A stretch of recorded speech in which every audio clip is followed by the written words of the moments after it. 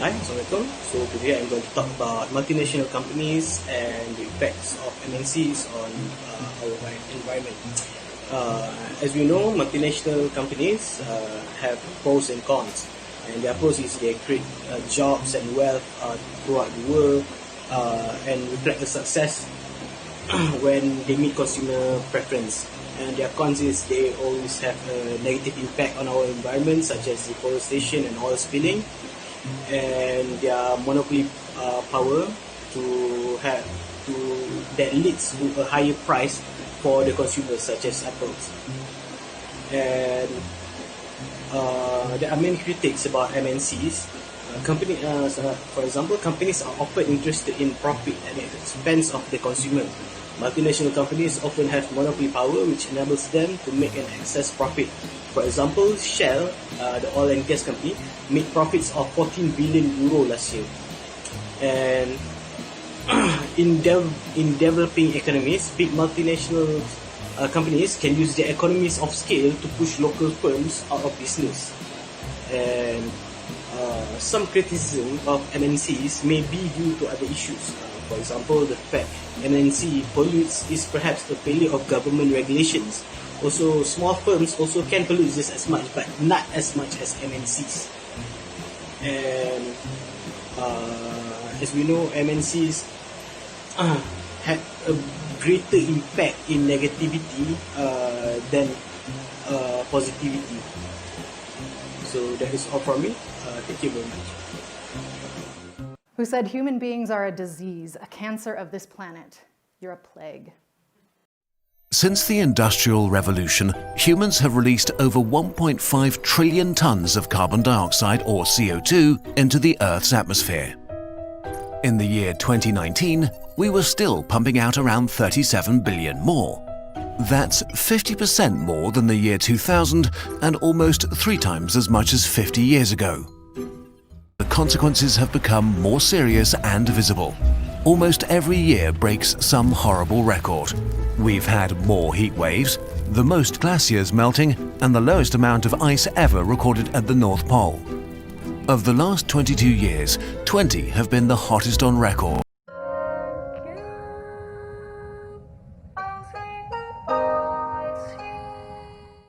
Forests cover about 30% of the planet, and the ecosystems they create play an essential role in supporting life on Earth. But deforestation is clearing Earth's forests on a massive scale, and at the current rate of destruction, the world's rainforests could completely disappear within 100 years. Why should we care about deforestation?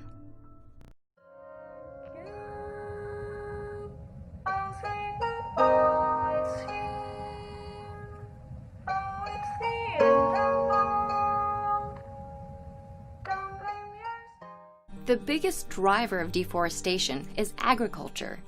Farmers chop down trees in order to plant crops like soybeans, palm trees, and cocoa, or to make room to raise livestock for beef.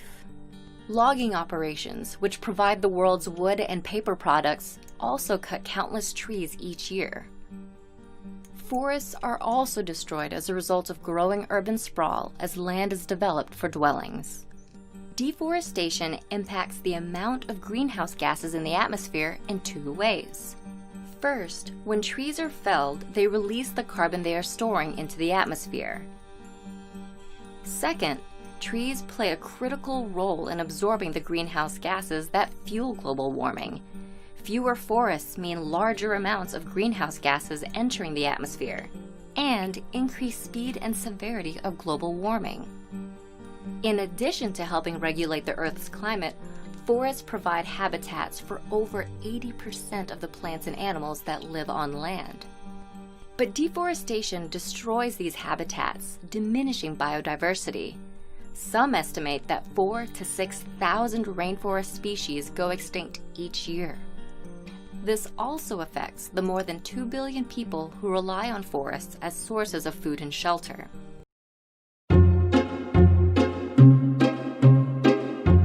Oil is a mainstay for modern post-industrial revolution society. We run our engines and heat and power our homes with it. And even with all the precautions and cost involved, sometimes we accidentally spill it everywhere. Most recently in Refugio State Beach on the central coast of California on May 19th, but also in Yellowstone National Park, in Montana, in the Black Sea, Israel, Louisiana, Indiana, Curacao, and in North Dakota thrice. And that's just in the last year and a half. Cleaning up the spill is heavily studied.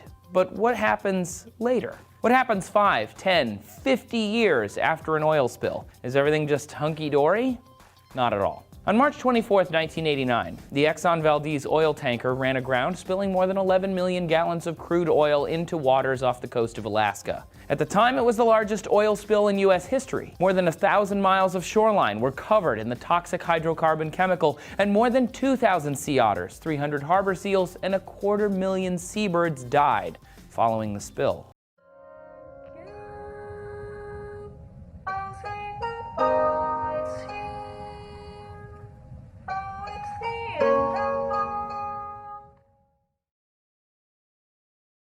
Today, 26 years later, oil is still found on the beaches of Alaska, and although some species have returned to pre-spill levels, some species of fish, whale, and bird are not recovering at all.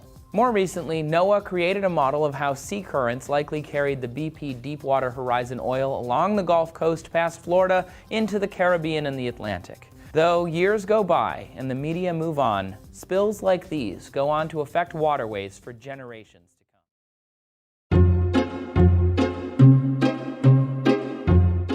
The amount of solid plastic waste produced since the 1950s that has not been burned or recycled is around 4.9 billion tonnes.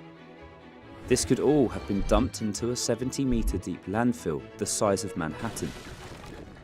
While much of it has indeed ended up in landfill around the world, far too much of it has found its way into the natural environment, with around 10 million tonnes a year ending up in the ocean.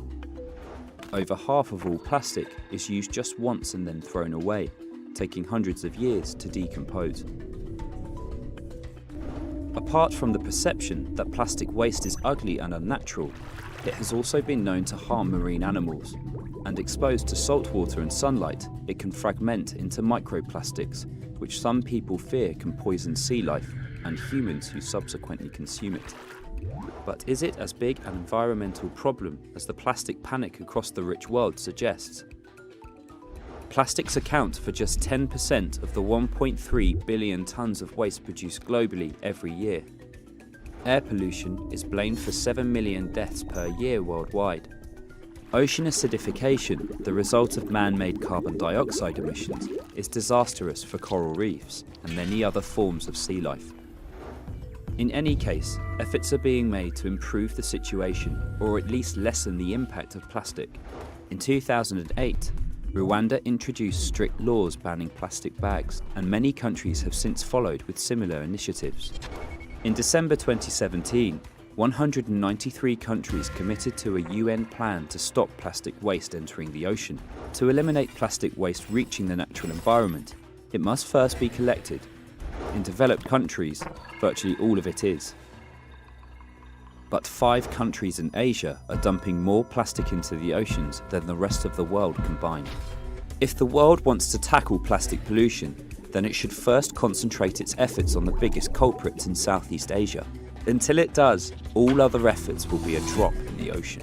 Manatee got a similar wish granted when we learned how to turn brown, stinky goo into magic.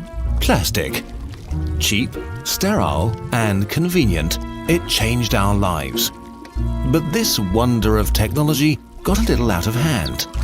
Plastic has saturated our environment. It has invaded the animals we eat, and now it's finding its way into our bodies. It's also important to note where the vast majority of the world's plastic pollution is coming from right now. 90% of all plastic waste entering the ocean through rivers comes from just 10 rivers in Asia and Africa. The Yangtze in China alone flushes 1.5 million tons of plastic into the ocean each year. Countries like China, India, Algeria or Indonesia industrialized at an impressive pace in the last few decades, transforming the lives of billions of people. This development was so fast that the garbage disposal infrastructure couldn't keep up with collecting and recycling all the new waste this brought. If politicians in Europe and the US want to address this issue, investing in infrastructure in developing countries is just as important as fighting plastic pollution at home, with campaigns and redesigning products to minimize unnecessary plastic production. The bottom line is, as long as we don't address plastic pollution from a global perspective, we will not solve it. Plastic pollution is a complicated problem. We found a magic material and we had a really good time with it. But we need to be careful, or just like Midas, we'll end up in a world that we didn't wish for.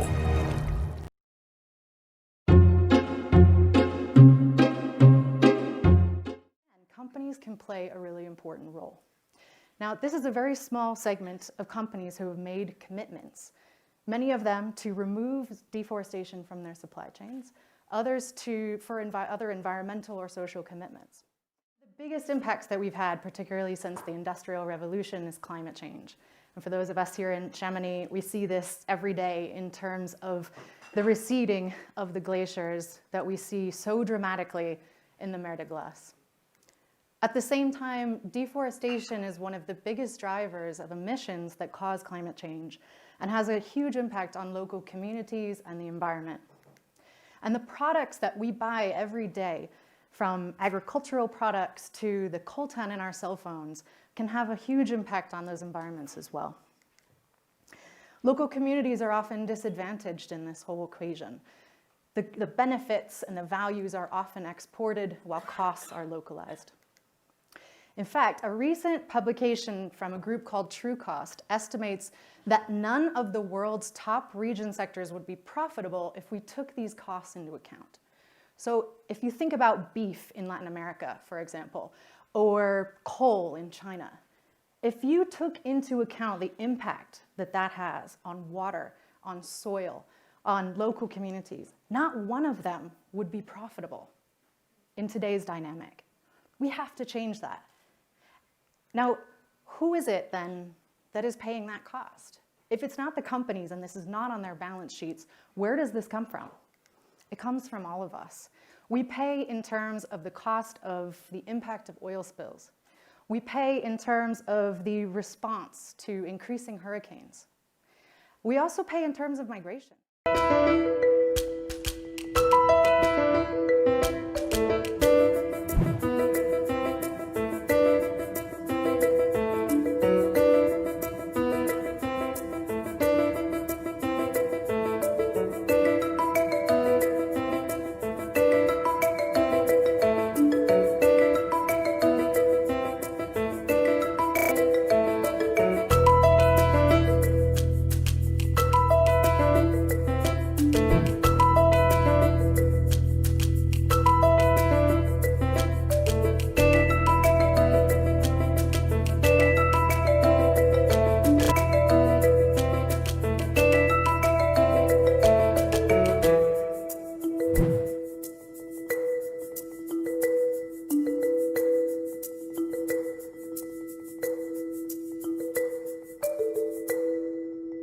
Drinks company Coca-Cola has been rated the world's top plastic polluter for a second consecutive year, according to a new report from the non-profit organisation Break Free from Plastic.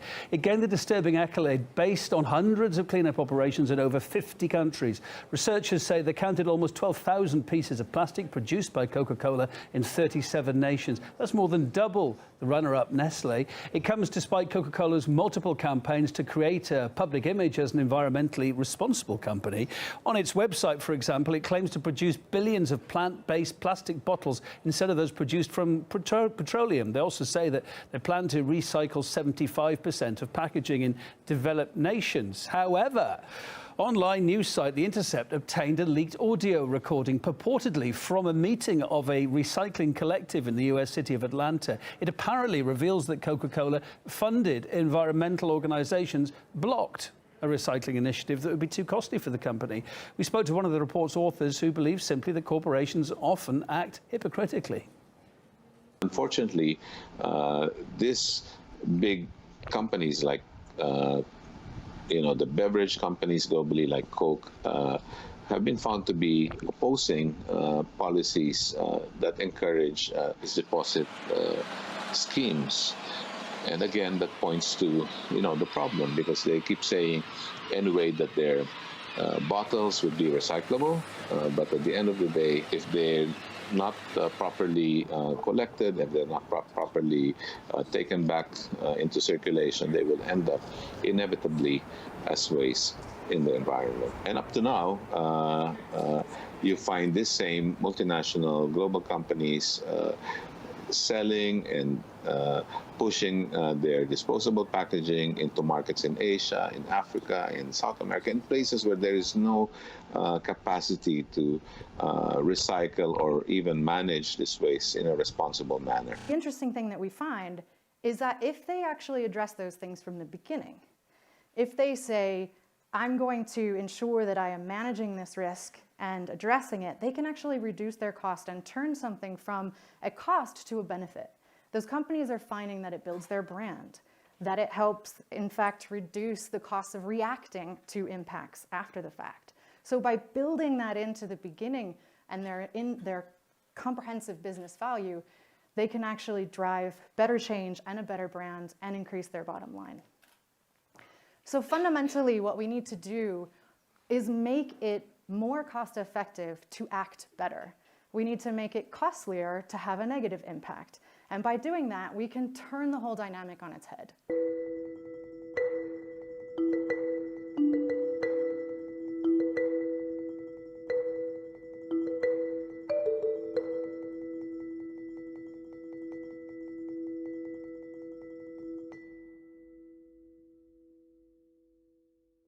So you might be wondering, what is the ultimate solution to fix this issue and stop polluting the environment? Well, it is a complicated situation, regardless of international laws, and maybe United Nations rules might not have any significant impact on this issue. There are a lot of factors that will help us to solve this issue as the whole world. So, what we can do is our best as the consumers is to less consume the products that might harm and endanger the environment. Together, we can make a change. It's pretty simple. Everybody needs to do the best they can. And right now, we are all not doing that. But we can begin today. If you want a happy life, save the earth. The earth is dying. So, you must use every single power that we have in our hands and unite together as one nation and one heart and do whatever we can to stop polluting the environment and put a stop to these environment issues, together with the law enforcement. Save the earth, save our planet.